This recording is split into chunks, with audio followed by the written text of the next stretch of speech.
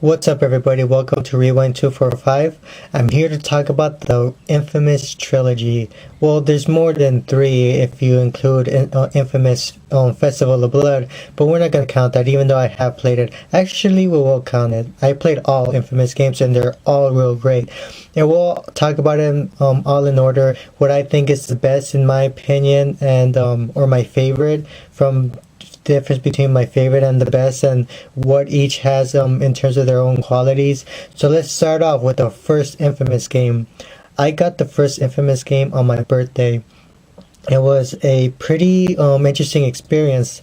The reason that I wanted it, I actually asked for it for my birthday, and this was back in 2009, and I played the demo beforehand, and I was really impressed. Even though I thought it was pretty hard for my own good, I really liked the idea of having these superpowers in an open world environment, and the open world environment also kind of intrigued me, and I wanted to look more into it. And I got it for my birthday, and I loved that game from beginning, middle, and end. The story in that game was probably the first story from at the time, which was next gen, the PlayStation 3 and Xbox 360. That was the first story that really blew my mind. And then later on you had things like Heavy Rain and Beyond Two Souls that blew me away even further. But Infamous, the first Infamous, was the first game that really blew me away, that really impressed me from its gameplay, its story, and its world. To me, I feel like it has a communication of all great things, and it has a lot of replayability. But yeah, I remember playing Infamous the first time around, and I do remember getting frustrated, and I replayed it not too long ago, about a month ago, and it is pretty frustrating. But it's weird because when I play it on its easiest setting, I find it hard, but when I play it on its hardest setting, I find it kind of easy. I guess it's because I'm more cautious or whatever that I'm able to handle it more. But yeah. One of the things I won't spoil anything, but I definitely recommend you play all the Infamous games except for maybe Festival of Blood. But the ending to the first Infamous game really blew me away, and I was like, I did not see that coming, and that really made me look forward to the sequel, Infamous 2. So yeah, I remember. Now we'll move on to Infamous 2, but I remember, there was a lot of footage released for Infamous 2 from trailers and like little teaser stuff like of powers that you'll be able to use in Infamous 2. And I didn't really pay much attention to it because I didn't want to be spoiled much. All I really knew is that the Beast was going to be a part of the game. I just didn't know in what way. And finally, I got it. I got it on the day of it released. But the problem was it took me a while to finish Infamous. Usually I played as a good person at first, and then on my second playthrough I played as a bad guy. Most people play that way, but it took me a while to finish because at the time I was busy with work, and but I felt different. Like I didn't have that same spark as the first one. It's one of those things where, compared to Uncharted 3 and to Uncharted 2, I felt a spark with Uncharted 2, but not much with 3. And it sort of was with this one, where Infamous 2, I liked it, and there was much more, variety in terms of enemies and, the environments in the world. But I don't know, it just didn't capture me so much that I felt like I needed to finish it as soon as possible. But like I said, I also was very busy. But when I finished it, I won't go into detail, but yeah, the ending was pretty sad. And then a year later, I replayed it in Evo mode, and the ending there was so different. Like, in the first Infamous game, the endings are quite alike. It's just a different dialogue and different attitude. Like if you finish a good ending, he has a good purpose to move on to the second part, and if you finish it in evil, he has a more evil perspective. He's kind of looking forward to what's gonna happen in the second part. And but yeah, Infamous 2, at the time, it didn't really impress me. Even on my second playthrough, I still thought it was okay. I thought it was good.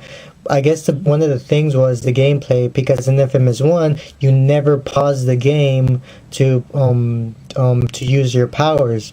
But in Infamous 2, you have so many options that, it takes up the slots of your powers, and if you want to change them, you have to pause the game to change them. Now, you don't necessarily have to change them. If you want, you could just keep one set of power-ups and just use them throughout the game. But if you're those kinds of people that want to use a variety of kind and explore, the kind of powers you want to use, then yeah, you're gonna have to pause the game time to time to use them. And with that said, I also feel like in a way it was a little too easy, because now you had these super abilities that you could use almost at any moment. Like these sort of super finisher moves that you could take down a bunch of enemies at a time, and I felt they were cool to look at, but it just felt like it made it too easy, I guess, and it kind of ruined the balance. But with that said, Infamous 2 did a great job giving variety. It had a better job with boss battles, and I also recently replayed Infamous 2 last month, and yeah, I guess it is the better Infamous game in terms of the overall package. The world is much more diverse. There's much more enemies. The boss battles are very big, and there's different kinds of them. Yeah, you have a variety of powers, but to me, the variety of powers also kind of work with the game and work against the game, because yeah, you have to pause the game in and out. But yeah, other than that, Infamous 2 was a great game, and to me, in my opinion, it's probably the overall best game, but I wouldn't say it's my favorite game. My favorite game is definitely the original Infamous game. Now let's move on to Infamous Festival of Blood. Now this is sort of a what-if scenario. I won't go into detail what happened in Infamous 2, but this sort of has nothing to relate with Festival of Blood. Festival of Blood is more of its own kind of standalone game. You don't necessarily need to play any of the Infamous games to play this. But yeah, Festival of Blood is very short. It's just a 1 hour experience, but it does provide a bit of replayability. It does provide, of course, trophy support and things to collect, and also you can play those. How can I forget to say this though? The community levels. Now the community levels were also in Infamous 2, but I never really got into it. I briefly played the beta they had for it at the time, but I didn't go deep into it. And then when the game was released, I didn't really go into much of the actual community levels. And from what I heard, a lot of the community levels are not really that good. And I only played through one community level in Festival of Blood, and I guess I just don't like the way it's managed. Like, Little Big Planet is to me the best example of the way community level should be done. But yeah, it just doesn't seem to resonate well, and this also doesn't seem to fit in. But it was good for them to try something else rather than just a very generic multiplayer. But yeah, Festival of Blood is very short, but it's also pretty cool. I forgot a lot about it, but from what I remember, even though it was a short experience, it was kind of fun. And yeah, they give you this kind of cool power up to be able to transport to part of the city, even though the city is much more smaller here, because it's a DLC or whatever. It was a $10 DLC. I got it for $2 because it was on sale. But even though it was much more smaller, they had this cool power up that you can move around like a vampire, and this like weird vampire mode, and it was real cool. But to me, Festival of Blood was just a very short experience, and it didn't capture me much. To me, it was supposed to be a small experience and not taken in a very serious manner, I guess, but it was cool for what it was. Now let's finally talk about Second Son, which I just recently played and finished. I have not finished my second playthrough on Evil Mode, but to me it's the best Infamous game in terms of gameplay, and I won't spoil anything, but there's a good variety of superpowers in here. Yeah, 4 different types of superpowers, and they all have their sort of unique abilities, and sort of, because in each power you sort of have your own little thing, what you like about it or what you dislike about it. And some power-ups are good for traveling, some are good for attacking and whatnot. But yeah, Infamous Second Son does a great job with gameplay, and it's very, very fun. And it went back to the basics of Infamous 1, because you're never pausing the game to like switch between other powers or whatever. everything is in the moment, and you're constantly in the middle of the action. The only time you're pausing the game is to upgrade your powers, but that's acceptable. But I guess the disappointment with Infamous Second Son and for other Infamous fans is, of course, the story and the karma system. Now, the way I look at the karma system a little differently, because now you have the choice to corrupt or redeem a person. And the way I see it, even though, yeah, it's not as in depth or as interesting as Infamous 1 or 2, is probably, it just depends the way you see it. If you see yourself as an evil person, then of course you choose the easy route. Or if you see as Delson as an evil character, then you'll see him in the evil light. It just depends how you want to see things. But regardless of that, perspective, the karma system is still not strong at all. And the story itself is much more straightforward than the first two Infamous games. The first two Infamous games were pretty complicated and had all these variables, have all these conspiracies and these different characters that played a strong role into the story, and it was very interesting and very compelling. But in Infamous Second Son, they kind of dumbed it down a bit. Well, a lot actually. I wouldn't say it's terrible story. Like, it's a good story for what it is, but just not as good as the first two Infamous games. And even though I haven't finished the second ending for Second Son, they're quite somewhat alike. Only one is much more sinister than the other. But yeah, like I said, the story is just not as strong in Second Son than in the first two. And I guess another disappointment is that there's no mention of Cole McGrath. Now, I won't spoil things that happened in Infamous 2. And this takes place 7 years after Infamous 2. But yeah, there's no mention of Cole McGrath, well, there is a small mention in this little DLC content called Cole's Legacy, and over there they don't elaborate. It's just like these small, I think there's like 3 or 4 missions of it, and they're just very small missions of it, and it doesn't really go into detail of stuff that happened between those 7 years, just in small detail.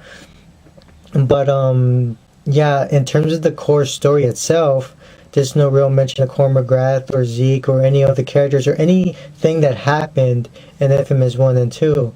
It's the only things that are mentioned in Infamous 1 and 2 are in that little small DLC content. But it's very, very small and won't keep you busy at all. But it's something nice they added into it. But to me, Infamous Second Son is still an overall great game. It looks pretty, it plays well, and the franchise itself is phenomenal. And to me personally, I look forward to seeing more. I think Sucker Punch itself, I think maybe they could just have one more Infamous game, and of course with that one more Infamous game, it'll be cool for them to incorporate both Delson and Cole into the story. But who knows if they will want to do that, because a lot of people who played Second Son haven't played the first two Infamous games. So who knows if that's a risk they're willing to take in story-wise, so people could understand it or whatever. But in my opinion, Second Son is a great game, just not as good as the first two. I will really love to see an Infamous game on the PS Vita, and I think an Infamous game on the PS Vita would be cool. Who knows, maybe they could do like an alternate universe kind of thing. Like I said, in Infamous 2, there's two totally different endings. So maybe in the Vita version, they could see the perspective on the second ending, the bad ending. Because Infamous Second Son takes place on the good ending. But there's no perspective on the bad ending. Who knows, maybe they can make a whole new game on the PlayStation 4 on the bad ending of Infamous 2.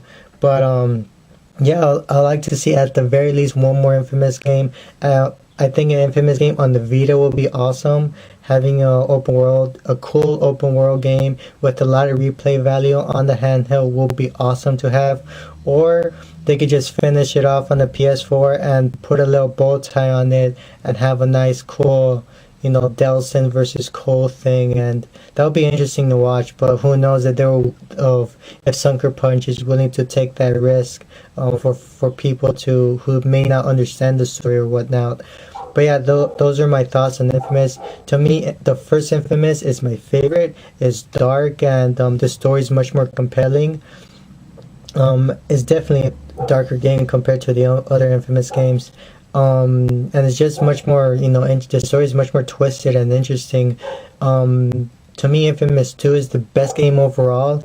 The only setback is it's overpowered, and you have to pause the game in order to switch between power-ups.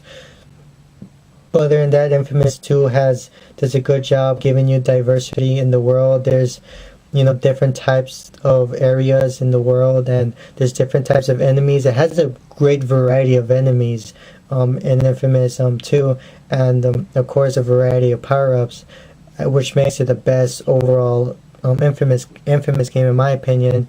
Festival of Blood, it was good, but it's not really highly worth checking out unless you're an Infamous fan like myself. And Second Son is my favorite in terms of freaking gameplay, and it has good, decent replay value, and the trophies for it seem pretty simple, but all the Infamous games are good in their own right.